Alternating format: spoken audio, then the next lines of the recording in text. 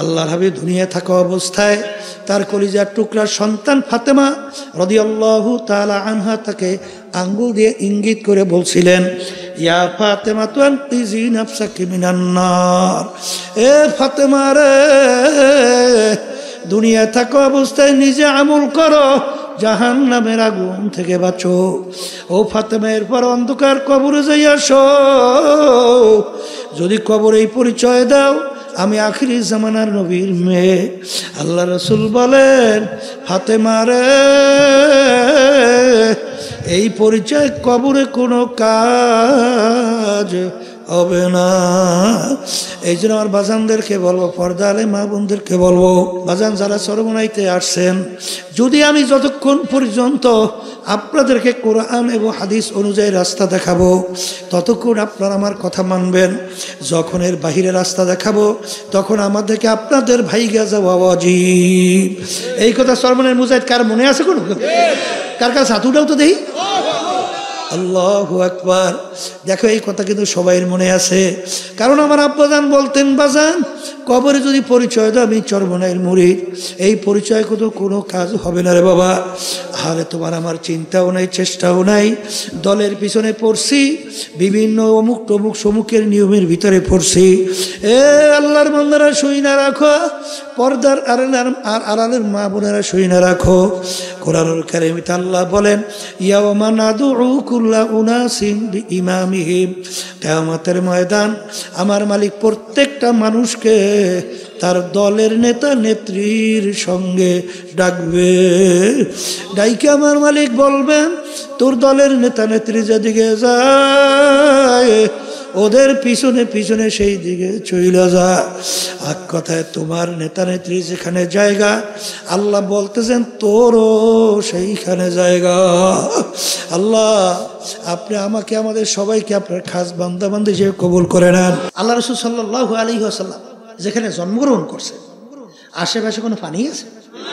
আসতে কয়, খাল বিল আছে, পুকুর আছে, সমুদ্র আছে? শুধু বালি আর পাথর, শুধু বালি আর। তাহলে বালি আর পাথর, পানির চিহ্নও নাই সেখানে। আল্লাহ রাসূল সাল্লাল্লাহু আলাইহি ওয়াসাল্লাম সমুদ্র দেখেও নাই, তাহলে সেখানে সমুদ্র সম্পর্কে আলোচনা।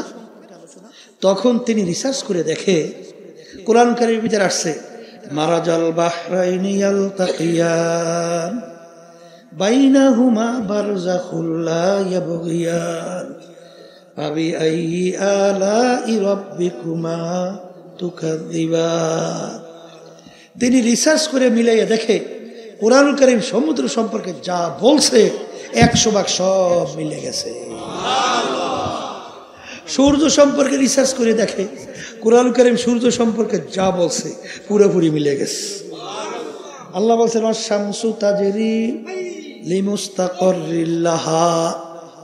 বৈজ্ঞানিকরা আবিষ্কার করে দেখে আসলে সূর্য তার কক্ষপথে চলমান। মেলছে না মেলে নাই? যেখানে মিলায় সেখানে মেলে। আল্লাহ কোরআনুল কারীমে বলছে, আমি যাহা কিছু আবিষ্কার করছি, আমি সৃষ্টি করছি, সব জোড়ায় জোড়ায়। কিতে কিতে? জোড়ায় জোড়ায়। শোনেন, বোঝা তো বড় কঠিন। এই ধানের গাছ লাগায়, ওর ভিতরে আবার জোড়া ঢাকি। ধান ধান ধানের গাছ লাগান না, বীজ লাগায় না। এখন আমি একদিন রাস্তায় যাইতে হঠাৎ দেখি ক্ষেতের ভিতরে কিছু ধান উঁচা আর কিছু ধান নিচু। আমি জিজ্ঞেস করি, ভাই ব্যাপার কি? কলে, হুজুর বোঝেন নাই? না। কলে, উঁচা যে ধানগুলো ওগুলো হয়েছে পুরুষ ধান, আর যে নিচু ধানগুলো ওগুলো হয়েছে মহিলা ধান। ওখানেও জোড়া আছে আছে। আমরা পান খাই না, পান খাই। একজন আমাকে বলে, হুজুর কোন পানটা বেশি স্বাদ লাগে জানেন? কল, না তা তো জানি না। কলে, হুজুর পানির ভিতরে শির আছে না? শির আছে না এরকম? এই ওই শিরে দেখবেন গোড়া এসে যেটা মিললে যায় ওইটা খাইতে বলে মজা। কলে, ওইটা বলে মহিলা পান। আর যেটা শির গোড়ায় মেলে না ওইটা বলে পুরুষ ধান, পুরুষ পান। তাহলে ওখানেও জোড়া কথা কয় না। অর্থাৎ আজ পর্যন্ত কোরআনুল কারীমের ভিতরে যত আবিষ্কার করছে, ভুল বের করতে পারছে? আপনারা আসতে কইেন একটু, পারে নাই? এখনো কোরআন করে আমাদের মাঝে আসে না? তাই যদি থাকি আমি আমার বাজানদেরকে বলবো, এত কষ্ট কইরা আমার ভাইরা এই 3 দিন পর্যন্ত এই মাহফিলের ব্যবস্থা কেন করছে? দিন রাত্র টাকা পয়সা খরচ কইরা, কারণ কি? এই কারণ হলো বুঝের জন্যে। আর আল্লাহর মাখলুকাতের ভিতরে আশরাফুল মাখলুকাত মানুষ, ওই মাখলুকাতের খালেকের সঙ্গে সম্পর্ক তৈরি করার জন্য। কথা ঠিক কিনা? এই আলোচনার মাধ্যমে কি বুঝছেন? কুরআনুল কারীম সত্য। তাই যদি সত্যই হয়, আমি ওই কুরআনুল কারীম থেকে প্রথম যে আয়াত শরীফ তেলাওয়াত করছিলাম, আল ইয়াউমা আকমালতু লাকুম দীনাকুম ওয়া আতমামতু আলাইকুম নি'মাতি ওয়া রাদিতু লাকুমুল ইসলামা দীনা। সুবহানাল্লাহ। এই আয়াত নাযিল হয় আল্লাহ রাসূল সাল্লাল্লাহু আলাইহি ওয়াসাল্লাম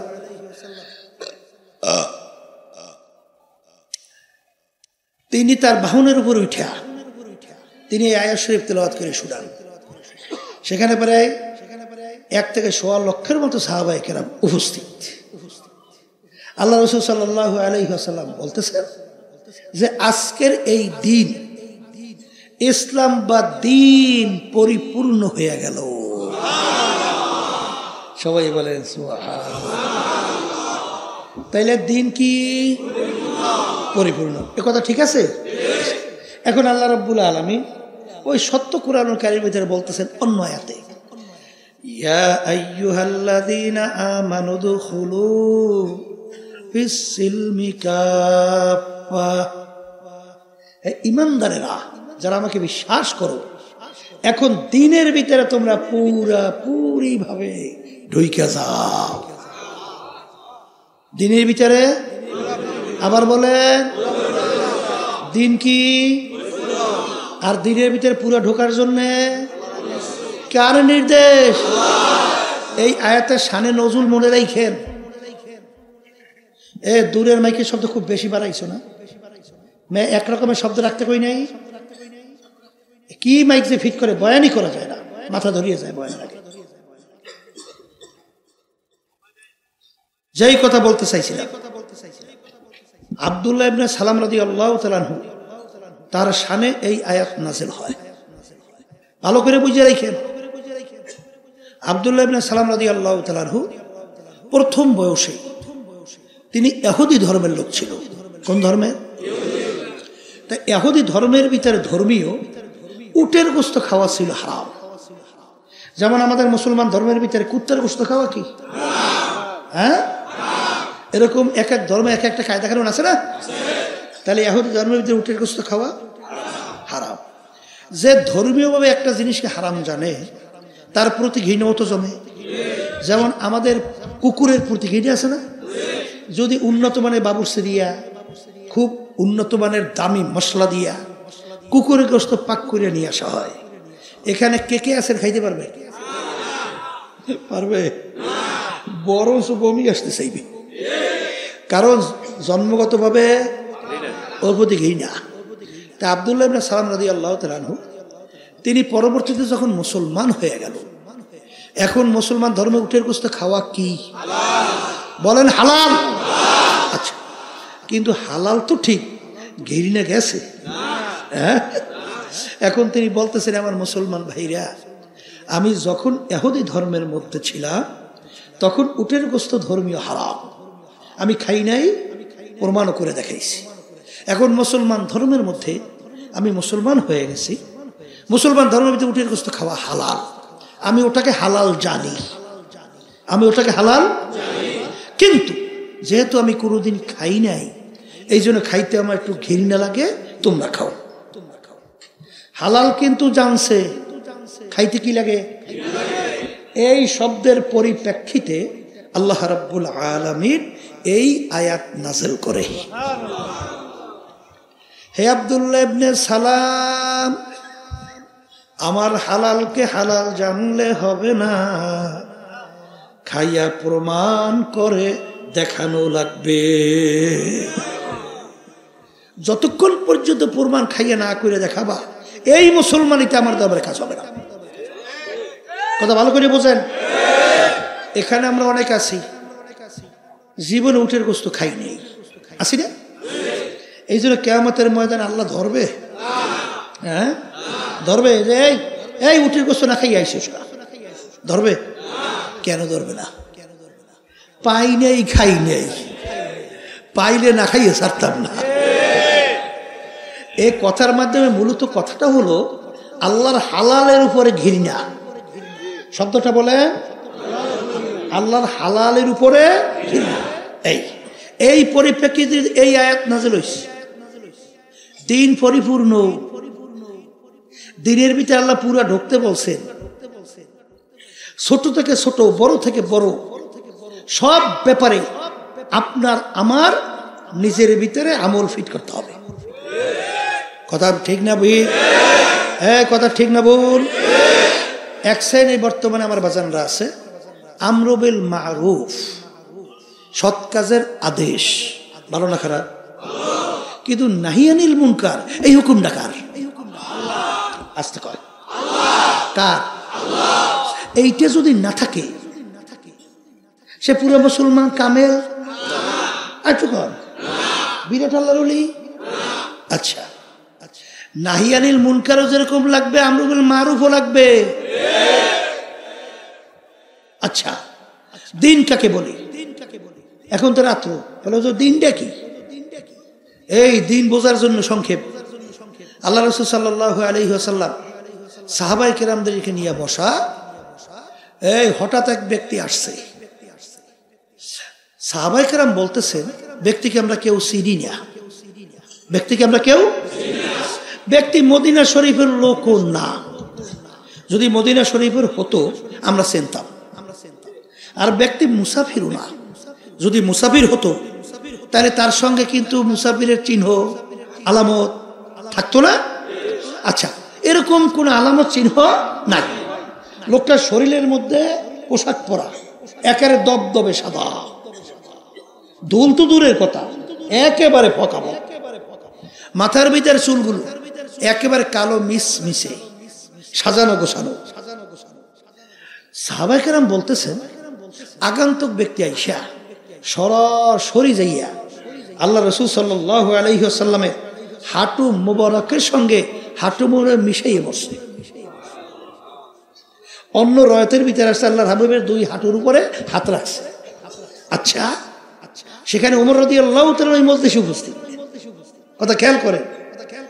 এখন সাহাবায়ে কেরাম দেখতেছেন আল্লাহ রাসূল সাল্লাল্লাহু আলাইহি ওয়াসাল্লাম যেহেতু কিছু বলেন না, তা আদব, তারাও কিছু বলে না। কথা বোঝেন নাই? আগন্তুক ব্যক্তি আইসা আল্লাহ রসুলের সঙ্গে আগে পরিচয়, এরা তো বোঝাই যায়, কারণ পরিচিত ব্যক্তি ছাড়া কেউ গায়ের লগে কাউ মিশিয়ে বসতে পারে? তাহলে আগে থেকে পরিচিত। আচ্ছা, দেখা যাক। আগন্তুক ব্যক্তি আইসা আল্লাহ রসুল সাল্লাল্লাহু আলাইহি ওয়াসাল্লামকে তিনটে প্রশ্ন করছে। কয়টা প্রশ্ন? মুখস্থ রাখেন, কয়টা?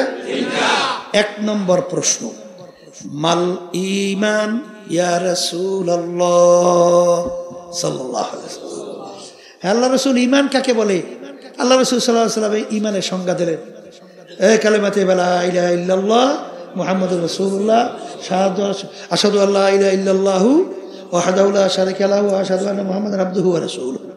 এই যে ঈমান, এই যখন সংজ্ঞা দিলেন, পরিচয় দিলেন, তারিফ করলেন, তখন প্রশ্নকারী উত্তর দেয়। উত্তর শোনার পরে আল্লাহর হাবিব থেকে, সাদাকাতা ইয়া রাসূলুল্লাহ সাল্লাল্লাহু আলাইহি ওয়াসাল্লাম। এখন সাহাবায়ে কেরাম বলতেছেন, আমরা আরো আশ্চর্য হয়ে গেছি। প্রশ্নকারী প্রশ্ন করে কেন? না জানলে জানার জন্য। কি কথা বলেন না? প্রশ্নকারী কেন প্রশ্ন করে? কিন্তু প্রশ্নকারী প্রশ্ন কইরা উত্তর শোনার পরে সেই আবার সার্টিফিকেট দেয় উত্তর ঠিক আছে। এর একটা আশ্চর্য কথা না? যাক, আল্লাহ রাসূল যেহেতু কিছু বলেন না, আমরা কিছু বলি না, শুনতেছি। দ্বিতীয় প্রশ্ন, মাল ইসলাম ইয়া রাসূলুল্লাহ সাল্লাল্লাহু আলাইহি ওয়াসাল্লাম, আল্লাহ রাসূল সাল্লাল্লাহু আলাইহি ওয়াসাল্লাম ইসলাম কাকে বলে? তখন আল্লাহ রাসূল সাল্লাল্লাহু আলাইহি ওয়াসাল্লাম নামাজ রোজা সহ যাকাত, ধনী হইলে হজ যাকাত আদায় সব বিভিন্ন আমলের কথা বলছে। কি কথা? আল্লাহ হাবিব বলে, প্রশ্নকারী বলতেছেন আল্লাহ রাসূল ঠিকই বলছেন। 3 নম্বর প্রশ্ন, মাল ইহসান ইয়া রাসূলুল্লাহ, আল্লাহ রাসূল ইহসান কাকে বলে? তখন আল্লাহ রাসূল সাল্লাল্লাহু আলাইহি ওয়াসাল্লাম উত্তর দেয়, আনতা আবুদাল্লাহা কাআন্নাকা তারাহু ফা ইল্লাম তাকুন তারাহু ফা ইন্নাহু ইয়ারাক। এমন ভাবে তোমরা আল্লাহর ইবাদত করো গোয়াকে মনে হয় যেন তোমরা আল্লাহকে দেখতেছো। ওই অবস্থা যদি ভিতরে তৈরি না হয়, অন্তত এতটুকু খেয়াল করো, যদিও নাকি আমার আল্লাহকে আমি দেখি নাই, কিন্তু আল্লাহ তো আমাকে দেখে। কথা এখন কলে সাদাক্তা ইয়া রাসূলুল্লাহ, আপনি সত্যই বলছেন। এই কথা বইলা আগন্তুক ব্যক্তি চলে গেছে। এখন সাহাবায়ে কেরাম বলতেছেন, ব্যাপার কি, ব্যাপার কি, কে ব্যক্তি? বুঝলাম না কিছু। আল্লাহ রাসূল সাল্লাল্লাহু আলাইহি ওয়াসাল্লাম বলেন, এ আমার সাহাবারা, তোমরা ব্যক্তিকে কেউ চেনছো? বলে হুজুর চিনি নেই। তখন আল্লাহ রাসূল সাল্লাল্লাহু আলাইহি ওয়াসাল্লাম বলেন, জিবরাইলু আতাকুম লিউআল্লিমাকুম দীনাকুম। জিবরাইল আলাইহিস সালাম আসছে কেন? তোমাদেরকে দ্বীন শিক্ষা দেওয়ার জন্য। তাহলে দ্বীন কি? বলেন ঈমান, ইসলাম, ইহসান। এই 3 জিনিস মিললে তার নাম কি? দ্বীন। তার নাম কি? এক শ্রেণী আমার বাজান আছে ইহসান মোটে স্বীকারই করতে চায়। নাউজুবিল্লাহ। হেই, হাদিসের ভিতরে আল্লাহ রাসূল সাল্লাল্লাহু আলাইহি ওয়াসাল্লাম কি বলেন? লা সালাতা ইল্লা বিহুজুরিল কলব। তোমার ওই নামাজটা হবে না যেই নামাজের ভিতরে খুশু খুজু হুজুরি কলব নাই। এটাকে ভিতরে অবস্থা না বাজি? আবার কর, হ্যাঁ? তাহলে তুমি ইহসান স্বীকার করো না? হ্যাঁ, তুমি তো সব খুয়াইছো। কারণ ইলম 2 প্রকার, ইলমে জাহির, ইলমে বাতিন। প্রকাশ্য, বিতর্কত। নামাজের ভিতর অবস্থান কয়টা? বাজি ভিতর, কথা কয় না? ইহসানের চিন্তা নাই। ওদিকে তো খুব লকব লাগাইয়া চলি, বেকায়দা বেকায়দা, কায়দা নাই। কথা ঠিক না বেটি? দিন কিন্তু পরিপূর্ণ। আমি প্রথমে সেই আয়াত শরীফ তেলাওয়াত করছি। দিনের ভিতরে বাড়তি কোনো দিক নাই। আর আল্লাহ বলছেন দিনের ভিতরে পুরো ঢোকো। আংশিক মানবা তো ওই আব্দুল্লাহ ইবনে সালাম রাদিয়াল্লাহু তাআলা। পাগলামি মনে করিয়েন না। এই জন্য আমার বাজানদেরকে বলবো, শোনেন, আল্লাহ রাসূল সাল্লাল্লাহু আলাইহি ওয়াসাল্লামের মৌলিক 4টা কাজ ছিল। জোরে বলেন কয়টা? এই বলেন, মুখুরিয়া বলেন। 1 নম্বর মুখস্থ করেন দাওয়াত, 2 নম্বরে তালিম, 3 নম্বরে তাজকিয়ান নফস, 4 নম্বরে জিহাদ। এই মৌলিক 4টা, এর নাম হলো দ্বীন। এক শ্রেণী আমার বাজানরা শুধু দাওয়াতের মধ্যে আছে, তালিমের খবর নাই। কথা কয় না? এই অনেক সর্বনের মুজাহিদ কম সংখ্যা আল্লাহর রহমতে। এই খুব নিজে দরবেশ, ওদিকে নামাজের ভিতরে সূরা সহি নাই, কেরা সহি নাই। জরুরি মাসালা জানে না। তোমার নামাজ তো হয় না বাজান। এই নামাজের ভিতরে কেরা সহি তেলাওয়াত করা ফরজ না? না ওয়াজিব না সুন্নাত? বলেন ফরজ। অনেকে বুঝেও তো না। শোনেন, আরবি শব্দ একটু টানের ব্যতিক্রম হয়ে গেলে অর্থ পরিবর্তন হয়ে যায়, হয় না? যেমন আমরা কি বলি, লা ইলাহা ইল্লাল্লাহ ফাদাখালাল জান্নাহ। এই লা ইলাহা ইল্লাল্লাহ পড়বা বেহেশতে ঢুকবা। একজনের লা নাটাই না, যদি পড়ে অর্থ কি? আমরা বলছি আল্লাহ বাদে কেহ মাবুদ নাই, সৃষ্টিকর্তা নাই, আইন দেওয়ার কেউ নাই, ক্ষমতার মালিক নাই। কিন্তু আপনি যদি নাটাই না পড়েন অর্থ হইবে আরো আছে। কথা কয় না? কি অর্থ পার্থক্য হয়েছে না? হয় না? এই বাংলাদেশে ফ্যাসিস্ট 5ই আগস্ট পলাইছে না, খানা পাক করিও খেয়ে যাইতে পারে নাই। আল্লাহ দেখাইছে কুলিল্লাহুম্মা মালিকাল, এই সকালে ধনী বিকালে পাক করে খেয়ে যাইতে পারে নাই। কি মালিকের ব্যাপার বুঝলেন তো কিছু? মালিক কেমনে দেখায়? হ্যাঁ, শোনে যেই কথা বলতে চাইছিলাম, এই যে ফ্যাসিস্ট 5 তারিখ পালাইলো, কোন কথার বলছেন নিয়ে এলাম? হ্যাঁ, ওলা ও তাদের দলীয় এক নেতা বলতেছে আমার বাপ মায়ের জানাজা নামাজ হুজুরকে পড়ার দরকার নাই,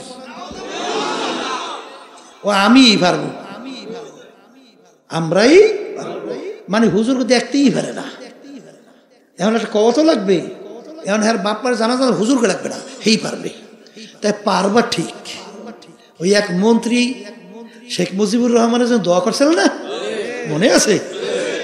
আল্লাহ আমার নেতা শেখ মুজিবুরকে জাহান্নামের মধ্যে একটা উঁচু স্থান দান কইরে। কি বলছে?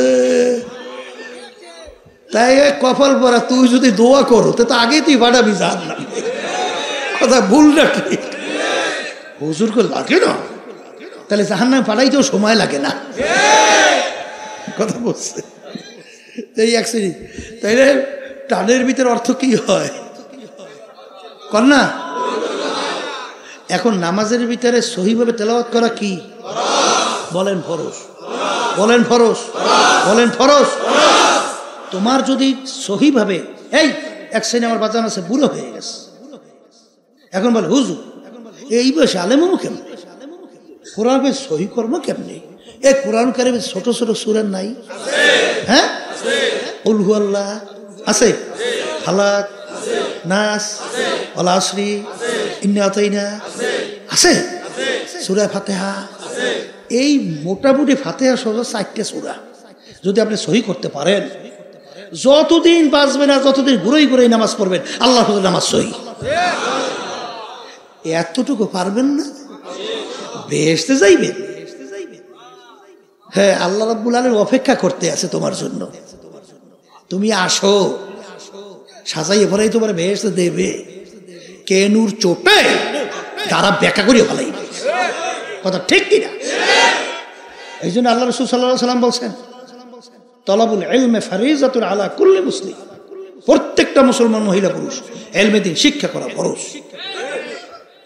এটা কিন্তু আমার দাওরা হাদিস কামেল পাস এইটা কিন্তু না, আমল করার জন্য যে ইলমগুলো দরকার এগুলো শিক্ষা করার জন্যই তো আল্লাহর কুতুবেরা এই যে সর্বনাই তরিকা শোনেন, 5 ঔষধ সাপ্তাহিক তালিম আছে না, হালকা জায়গায় শোনেন না? কামটা করে কি? কাজটা তো এইটাই করে, তোমার সূরা সহি করে, তোমার জরুরি মাসালাগুলো শিক্ষা দেয়, কাম তো এইটাই করে। কথা ঠিক না ঠিক?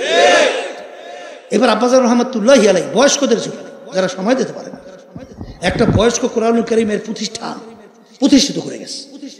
যদি 15 দিন আপনি 1 ঘন্টার জন্য সময় দেন, কয় ঘন্টা? এরকম 15 দিন যদি 1 ঘন্টা সময় দেন আল্লাহর রহমতে আপনি একজন আলেম হইতে পারবেন। তাই নাকি তালিম লাগবে? আসতে কন লাগবে, লাগবে। এই জন্য আমার আব্বাজান রহমাতুল্লাহ আলাইহি বলতেন, দাদাজান এই কথা উদ্ধৃতি দিয়া, এই চরমনায়ের কোনো মুজাহিদ মূর্খ থাকতে পারবে না, প্রত্যেকটা চরমনায় মুজাহিদ আলেম হওয়া লাগবে। কথা ঠিক? আর এই কথা যারা মানছে আল্লাহ বরকত দিয়েছে। আমাদের চরমনায় এক শিক্ষক ছিল, আমারও স্যার, ওই যুগে বিএসসি ফার্স্ট ক্লাস পাইছিল। কথা বলছে ওই সময় বিএসসি ফার্স্ট ক্লাস কত সহজ না, তাই বিএসসি ফার্স্ট ক্লাস পাইছে, এখন বড় অফিসার হয়ে যাবে। কেন ওই ফার্স্ট ক্লাস ওই সময় বিরল না, কিন্তু সে বিভিন্ন দিক থেকে চিন্তা ভাবনা করিয়া চরমনাই মাদ্রাসায় শিক্ষক হিসেবে ঢুকছে, অঙ্ক টিচার। আমরা তার কাছে পড়ছি, কিন্তু তার উপাধি লাগাইছে লোকজনে বিএসসি মুফতি। বিএসসি মুফতি বোঝেন নাই? বুঝি বিএসসি মুফতি বোঝেন? অর্থাৎ তার এত মাসালা জানা ছিল, জিজ্ঞেস করলে top top top top top top top করে উত্তর দিতেই। কি মনে করেন আপনি? চেষ্টা করবেন না পেট ডলতে ডলতে বেশ যাইবেন? এই শিখাইছে কে? এত সহজ? হ্যাঁ, তাহলে তালিম জোরে কন। তাজকিয়া নফস, তাজকিয়া নফস বোঝেন? আত্মশুদ্ধি, বলেন বলেন। ওয়ায়ুযাক্কিহিম ওয়ায়ুআল্লিমুহুমুল কিতাবা ওয়াল হিকমাহ। আল্লাহ রাসূল সাল্লাল্লাহু আলাইহি ওয়াসাল্লামকে আল্লাহ পাঠাইছেন কারণের ভিতরে একটা কারণ হলো তার উম্মতের আত্মশুদ্ধি করাইবে। এই আত্মশুদ্ধি উল্লেখযোগ্য 10টা রোগ অন্তর থেকে দূর করা লাগবে। তার ভিতরে তাকাব্বুরি বড় রোগ, আমি বড় আমি ভালো, এটা দূর করা লাগবে। আর একটা হিংসা, পর উন্নতি সহ্য করতে পারবে না, অন্তরের রোগ দূর করা লাগবে।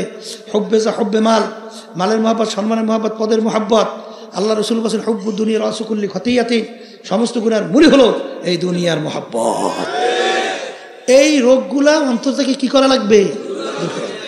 আর একটা বলছি জিহাদ, বলেন 4 নম্বরে কি? এক শ্রেণী আমার বাজানরা এরা মনে করে জিহাদ অর্থই হলো তরবারে নিয়ে কোপাকুপি করা, মারামারি কাটাকাটি, এইটাই মনে হয় জিহাদ।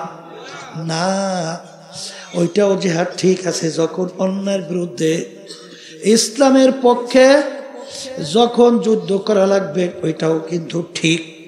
কিন্তু বাজান আল্লাহ রাসূল সাল্লাল্লাহু আলাইহি ওয়াসাল্লাম বলেন মান রাআ মিনকুম মুনকারান ফালিয়ুগাইয়িরু বিয়াদিহি ফাইন লাম ইয়াস্তাতি' ফাবিলিসানিহি ফাইন লাম ইয়াস্তাতি' ফাবিকলবিহি ওয়া যালিকা আযআফুল ঈমান। আল্লাহ রাসূল সাল্লাল্লাহু আলাইহি ওয়াসাল্লাম বলেন অন্যায়ের প্রতিবাদে তোমার যদি শক্তি থাকে অন্যায়কে হাত দিয়া ফিরাইয়া দাও।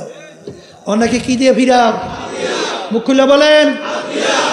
ওই পরিমাণ যদি শক্তি না থাকে মুখ দিয়া বইলা ফিরাও। কি দিয়া? ওই পরিমাণ শক্তি যদি না থাকে মনে মনে পরিকল্পনা করতে থাকো কিভাবে অন্যায়কে ফিরানো যায়। কিভাবে? আল্লাহর বান্দারা শেষে যে অবস্থানটা কিভাবে অন্যায়কে ফিরানো যায়, এই অবস্থান সম্পর্কে আল্লাহ রাসূল সাল্লাল্লাহু আলাইহি ওয়াসাল্লাম বলেন ঈমানের একেবারে দুর্বল অবস্থা। এই কাজটা কিন্তু ঈমানের সাথে সম্পৃক্ত। এক শ্রেণী আমার বাজানা যে তাহাজ্জুদ গুজার, ওই সেদিকে একজনে বলে হুজুর আমার জামাইটা পাইছি মাশাআল্লাহ ভালো তাহাজ্জুদ গুজার। আমি বলি আলহামদুলিল্লাহ ভালো, খারাপ না তো, ভালো না, কিন্তু পর্দা করেনি। পর্দা আছে না আমাদের দেশের? কইতো না আমার নেত্রী তাহাজ্জুদ কামাই না। হ্যাঁ, শোনেন না? শোনেন নাই? ওদিকে খুন করতেও মোটেও চিন্তা করে না। তাহাজ্জুদ গুজার কিটা কইছে ইসলামি করিয়া? তাহাজ্জুদ পড়তে কইছে কে? হ্যাঁ, আজীবন যদি তাহাজ্জুদ 2 রাকাত নামাজ না পড়ো এই জন্য জাহান্নামের কোনো হুকুম আছে? 1 সেকেন্ড। কিন্তু একবার যদি কেউ ইচ্ছা করিয়া, যাদের সঙ্গে দেখা দেওয়া জায়েজ নাই তাদের সঙ্গে দেখা দেয়, কমপক্ষে একটা কবিরা গুনাহ আর একটা কবিরা গুনাহের জন্য কমপক্ষে 7000 বছর জাহান্নামের আগুনের ভিতরে চলতে হবে, দিন বসতে হবে। যেটা যেই জায়গায় রাখা ওই জায়গায় রাখার নামে হলো শরিয়াত। ব্যতিক্রম করা মানে গুলুফির দিন, এটা হারাম। এক শ্রেণী আমার বাজানরা আছে এই সুন্নাত ওয়াজিব মুস্তাহাব কিছুই না এমন ভাবে গুরুত্ব দেয় মনে হয় যেন ফরজের সমান, তার চেয়েও বেশি। এইটা গুলুফির দিন, দিনের ভিতরে বাড়াবাড়ি। কথা ঠিক কিনা? কেউ রাগ করবেন না, বর্তমানে এইটা নিয়ে একটু ঝগড়াই করে। এই যে দুরূদ শরীফের ভিতরে দাঁড়াইয়ে যাওয়া না দাঁড়াইয়ে যাওয়া, এইটা হলে মারামারি হয়। অনেক হয় কি হয় না? আল্লাহ মাফ করুক। এই আল্লাহর বান্দারা শোনেন, আমাদের এই তরিকা মুরব্বীর ভিতরে হাজী ইমদাদুল্লাহ মুহাজ্জির মক্কি রহমাতুল্লাহ আলাইহি নাম শুনছেন? শুনছেন? তার মুরিদ ছিল রশিদ আহমদ গাঙ্গুহি রহমাতুল্লাহ আলাইহি। তার মুরিদ ছিলেন হাকিমুল উম্মাত আশরাফ আলী থানভী রহমাতুল্লাহি আলাইহি। তার মজলিসের ভিতরে রশিদ আহমদ গাঙ্গুহি রহমতুল্লাহ আলাই বসা, থানভী রহমতুল্লাহি আলাই তিনিও বসা। কিন্তু হাজী সাহেব হুজুর রহমতুল্লাহি আলাই তিনি যখন এই দুরূদ শরীফ তেলাওয়াত হইতো ওই যে তখন তিনি দাঁড়াইতেন, কিন্তু ওই হাজী ইমদাদুল মুআজ্জর রহমতুল্লাহ আলাই মজলিসের মধ্যে কেনা কেনা বসা, থানভী রহমতুল্লাহ আলাই, তারা বসে থাকতো, তারা দাঁড়াইতো। হুজুর বলতেছিলেন, বাবা তোমরা যে অবস্থায় আছো ঠিকই আছো,